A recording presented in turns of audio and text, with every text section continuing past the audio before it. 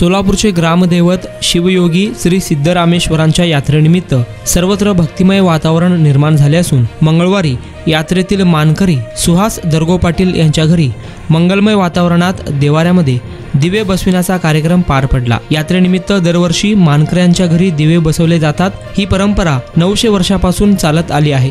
सोमवारी सकाळी यात्रेतील मानकरी राजशेखर हिरेहब्बू यांच्या उपस्थितीत मानकरी सुहास दरगो पाटील यांच्या घरी भक्तिभावाने दिवे बसविण्यात आले। याप्रसंगी पूजाविधी व नैवेद्य अर्पण केल्यानंतर राजेश हब्बू, अमित हब्बू, शिवकुमार हब्बू यांची पाद्यपूजा करण्यात आली। यावेळी नीलाबाई दरगो पाटील, महानंदा दरगो पाटील, रतन मानवी, श्रुती दरगो पाटील, प्राजक्ता दरगो पाटील हेले, पद्मावती दरगो पाटील, नीरज मानवी, प्रभुराज मानवी आदी उपस्थित होते। मल्लीनाथ मसरे, मल्लीनाथ मुस्तारे, बाबूराव धुम्मा, कळके, राजकुमार, भैरव पाटील, हब्बू आदी मानकऱ्यांच्या घरी यात्रेपूर्वी दिवे बसविण्याची परंपरा आहे।